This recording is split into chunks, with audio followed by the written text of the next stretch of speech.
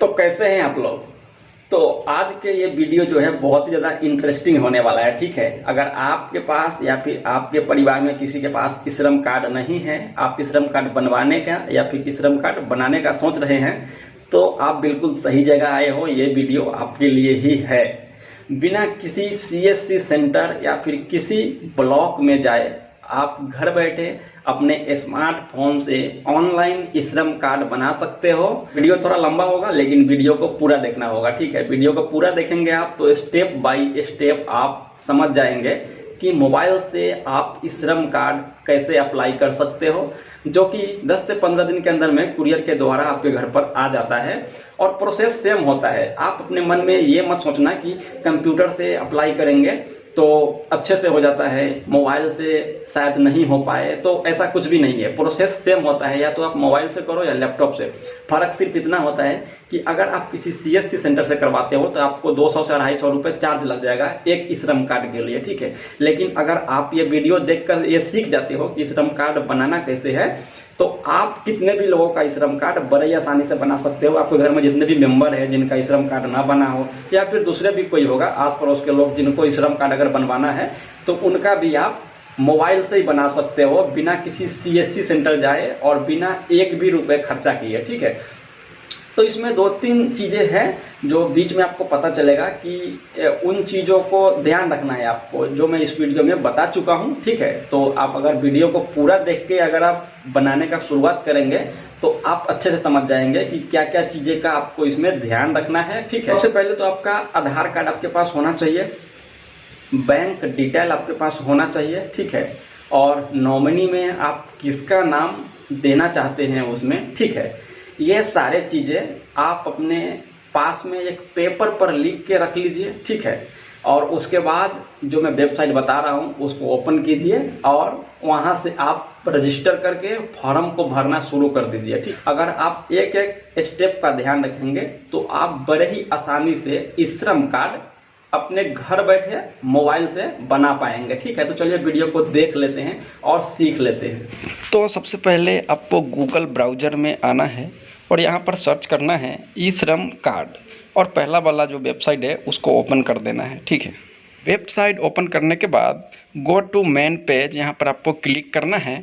इस पर क्लिक करने के बाद आप ई श्रम कार्ड के ऑफिशियल वेबसाइट पर आ जाएंगे। ठीक है, ई श्रम कार्ड से रिलेटेड यहाँ पर ऑप्शन बहुत दिखेगा, लेकिन क्योंकि आपको नया ई श्रम कार्ड बनाना है तो आपको सबसे पहला वाला ऑप्शन पे क्लिक कर देना है। ठीक है, यहाँ पे उसके बाद यहाँ पर आपका मोबाइल नंबर मांगा जाएगा। ध्यान रहे, आधार कार्ड में जो मोबाइल नंबर आपका लिंक है वही मोबाइल नंबर यहाँ पर दर्ज करना है। ठीक है, मोबाइल नंबर ऐड करने के बाद नीचे एंटर कैप्चर में आकर और सामने जो कैप्चर कोड लिखा हुआ है उसको इस खाली डब्बा में भर देना है। ठीक है, ये भर देने के बाद यहाँ पर नीचे 2 ऑप्शन दिख रहा है जहाँ पर यस और नो का ऑप्शन है, तो यहाँ पर आपको दोनों ऑप्शन पे नो का टिक लगा के सेंड OTP पर आपको क्लिक कर देना है। ठीक है, उसके बाद आपके मोबाइल पर एक OTP मैसेज आएगा जिसको यहाँ पर दर्ज करना है। OTP दर्ज करने के बाद नीचे वापस एंटर कैप्चर का खाली बॉक्स दिख रहा है, वहाँ पर इस कैप्चर को भर देना है और फिर सबमिट वाले ऑप्शन पे क्लिक कर देना है। उसके बाद अगला स्टेप आ जाएगा। अगला स्टेप में आपको अपना आधार नंबर यहाँ पर दर्ज कर देना है। उसके बाद OTP वाले ऑप्शन पे टिक लगा के इस एंटर कैप्चर का खाली बॉक्स दिख रहा है, वहाँ पर कैप्चर को एंटर कर देना है। फिर उसके नीचे देखिए आई एग्री टू टर्म्स वाले ऑप्शन पे भी टिक लगा देना है और फिर नीचे सबमिट वाले ऑप्शन पे क्लिक कर देना है। सबमिट करने के बाद आपके मोबाइल नंबर पर एक OTP आएगा जो आधार से लिंक होगा।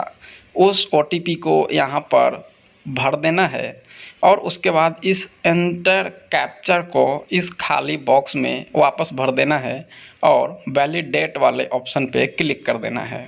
ये कर देने के बाद यहाँ पर मेन फॉर्म खोल के आ जाता है। ये सारी चीज़ें यहाँ पर आपको एक एक करके भरना पड़ेगा। आप देख सकते हो कि आपने जो आधार कार्ड दिया, आधार नंबर दिया था, उस आधार के रिलेटेड जितने भी उसका डिटेल है यहाँ पर आपको दिख जाएगा। ठीक है, आप देख सकते हो। तो यहाँ पर सिंपली नीचे में आकर आपको continue to enter other detail पे क्लिक कर देना है। ठीक है, तो चलिए हम अपना स्टेप नंबर 1 में सबसे पहले मोबाइल नंबर दर्ज करके यहाँ पर ईमेल आईडी हम अपना लिख देंगे। ठीक है, यहाँ पर ईमेल आईडी लिखना बहुत ज़्यादा ज़रूरी होता है। अभी के बाद यहाँ पर आप शादीशुदा हैं या नहीं वो ऑप्शन यहाँ पे सेलेक्ट कर लीजिए। उसके बाद उसके नीचे जिसका भी आप श्रम कार्ड बना रहे हैं उसके माताजी का नाम यहाँ पे ज़रूर आपको देना है। ठीक है, उसके बाद नीचे पिता या फिर पति का नाम यहाँ पर लिखना होगा आपको। उसके नीचे सोशल कैटेगरी आपको चूज़ करना है। आप कौन से कैटेगरी से आते हो यहाँ पर आपके कैटेगरी के हिसाब से यहाँ पे चूज़ कर लेना है। एससी है, एसटी है, ओबीसी है, जो भी है यहाँ पर आपको चूज़ कर लेना है। ठीक है, अगर आपके पास आपके कैटेगरी का सर्टिफिकेट है तो अपलोड करो, वरना ज़रूरी नहीं है। फिर ब्लड ग्रुप भी यहाँ पे ज़रूरी नहीं है। ठीक है, उसके बाद डिफरेंट एबल पे नो पे क्लिक करना है और फिर नॉमिनी डिटेल में चले आना है। नॉमिनी डिटेल में आप जिसको भी नॉमिनी में रखना चाहते हैं उसका नाम यहाँ पर आपको भर देना है। ठीक है, और उसके बाद यहाँ पर उसका जन्म तारीख यहाँ पर भर देना है। वो महिला है या पुरुष वो यहाँ पे सेलेक्ट कर लेना है। उसके बाद जिसका भी श्रम कार्ड बन रहा है उस आदमी का नॉमिनी के साथ क्या रिलेशन है वो यहाँ पर सेलेक्ट कर लेना है। ठीक है, उसके बाद नॉमिनी का एड्रेस यहाँ पर आपको लिख देना है। ठीक है, एड्रेस लिख देने के बाद सेव एंड कंटिन्यू वाले ऑप्शन पे क्लिक कर देना है। उसके बाद यहाँ पर आता है स्टेप नंबर 2, जहाँ पर आपके घर का पता यानी कि आपका एड्रेस एकदम सही और अच्छे तरीके से लिखना होता है। ठीक है, और यहाँ पर सबसे पहले आपको अपना स्टेट सेलेक्ट करना है। उसके बाद अपना डिस्ट्रिक्ट यानी कि आपका ज़िला जो भी है उसको यहाँ से सेलेक्ट कर लेना है। उसके बाद अगर आप ग्रामीण एरिया से है तो आपको रूरल वाले ऑप्शन पे टिक लगा देना है। ठीक है, फिर यहाँ पर आपको अपना एड्रेस, पूरा एड्रेस यहाँ पर आपको लिखना है। लाइन 1 लाइन 2 में जो भी आपके नज़दीक एरिया पड़ता है, जाना पहचाना जगह होगा, उसको लिख सकते हो और आपके गाँव के साथ में। ठीक है, उसके बाद उसके नीचे जो भी आपका स्टेट, डिस्ट्रिक्ट, जो भी डिटेल मांगा जा रहा है एक एक करके वो सभी को यहाँ पे भर देना है। फिर आपको ये बताना है कि इस जगह पर आप कितने साल से रह रहे हो। ठीक है, तो यहाँ पर आपको आप कितने साल से रह रहे हो आपको सेलेक्ट कर लेना है। ठीक है, उसके बाद नीचे आता है परमानेंट एड्रेस। ठीक है, अगर आपने ऊपर जो एड्रेस भरा है वही एड्रेस अभी भी आपका है परमानेंट में तो सेम एड्रेस आप यहाँ पर लिख सकते हो। अदरवाइज़ अगर आपका एड्रेस अलग है, अब भी आप अलग रह रहे हो तो वो अब भी वाला एड्रेस आपको यहाँ पर भरना है। मेरा सेम एड्रेस है तो मैं सेम ही यहाँ पर टाइप कर देता हूँ। एक बात का ध्यान रखना है आपको कि जो एड्रेस आप अब भी भर रहे हो परमानेंट में, आपका जो कुरियर आएगा आपका श्रम कार्ड बन के वो इसी एड्रेस पर आएगा। तो आपको ये एड्रेस अच्छे से भर देना है, जहाँ अभी आप रह रहे हो वही एड्रेस यहाँ पर भरना है। ठीक है, ये फिलअप कर देने के बाद आपको सेव एंड कंटिन्यू वाले ऑप्शन पे क्लिक कर देना है। फिर आता है स्टेप 3, जहाँ पर आपका एजुकेशन और क्वालिफिकेशंस का डिटेल आपको भरना पड़ेगा। यहाँ पर ये सबसे पहले एजुकेशन एंड क्वालिफिकेशंस वाले ऑप्शन पे क्लिक कर लेते हैं और आपने जितने भी पढ़ाई लिखाई किए हैं उसका डिटेल आप यहाँ पे दे सकते हो।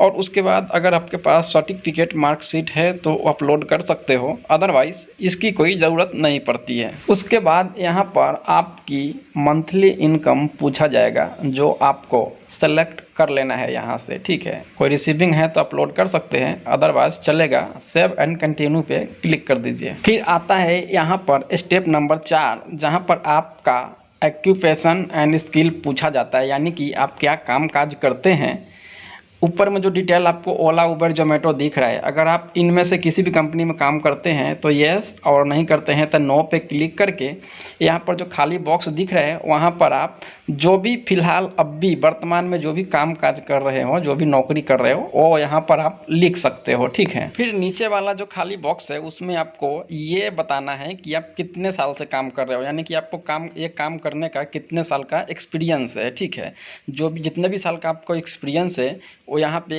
उतने नंबर यहाँ पे सेलेक्ट करके यहाँ पर सेव एंड कंटिन्यू वाले ऑप्शन पे नीचे क्लिक कर दीजिए। अब आता है स्टेप नंबर 5, जहाँ पर आपको आपका बैंक डिटेल पूछा जाएगा, जो आपको एकदम सही भरना है। ठीक है, क्योंकि यहाँ पर कोई भी सुविधा आपको मिलेगी सरकार के तरफ से तो आपको डायरेक्ट आपकी बैंक खाते में जाएगी, इसीलिए यहाँ पर आपको अपनी बैंक की सही जानकारी देना है। तो सबसे पहले आपको अपना बैंक अकाउंट नंबर यहाँ पर दर्ज कर देना है। अकाउंट नंबर दर्ज कर देने के बाद नीचे वाले जो बॉक्स है उसमें वापस एक बार आपका अकाउंट नंबर कंफर्म करके दर्ज कर देना है। ठीक है, उसके बाद उसके नीचे अकाउंट होल्डर का नाम लिख देना है, जिसका भी ये बैंक अकाउंट है उसका नाम यहाँ पे लिख देना है। ठीक है, फिर उसके नीचे IFSC कोड, आपका बैंक का नाम, ब्रांच का नाम जो भी है वो सब यहाँ पर सही भर देना है, और फिर नीचे सेव एंड कंटिन्यू वाले ऑप्शन पे क्लिक कर देना है। उसके बाद आप देखेंगे कि आपकी सारी स्टेप कंप्लीट हो चुकी है और आपने जो भी डिटेल यहाँ पर भरी है, ठीक है, वो सब यहाँ पर आपको दिखेगा।